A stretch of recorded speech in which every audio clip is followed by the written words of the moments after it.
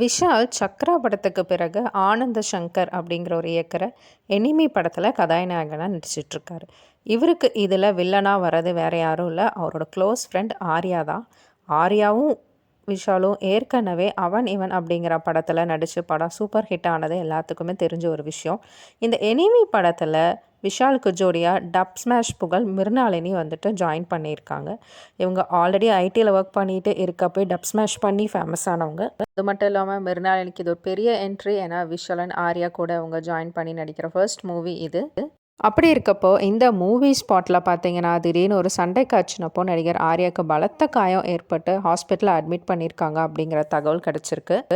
இந்த படத்தில் விஷாலுக்கு இணையாக ஆர்யாவோட கதாபாத்திரம் உருவாக்கப்பட்டிருக்கு அப்படிங்கிறதும் சொல்லியிருக்காங்க.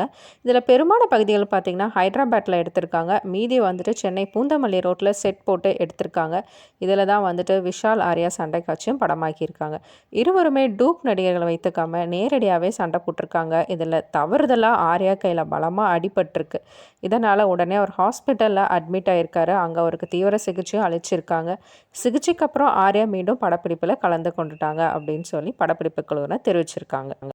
அல்லு அர்ஜுன் கதாநாயகனாக நடிக்கிற தமிழ், தெலுங்கு, இந்தி உள்பட 5 மொழிகளில் தயாராகும் புஷ்பா படத்துலையும் ஆர்யா வந்துட்டு வில்லனாக நடிக்கிறாரு. எங்கள் சேனல் பிடிச்சிருந்தால் லைக் பண்ணுங்கள், ஷேர் பண்ணுங்கள், சப்ஸ்கிரைப் பண்ணுங்கள். கூடவே இருக்க பெல் ஐக்கானை கிளிக் பண்ணிக்கோங்க. வேற ஒரு தகவலோடு உங்களை மீட் பண்ணுறேன். நன்றி.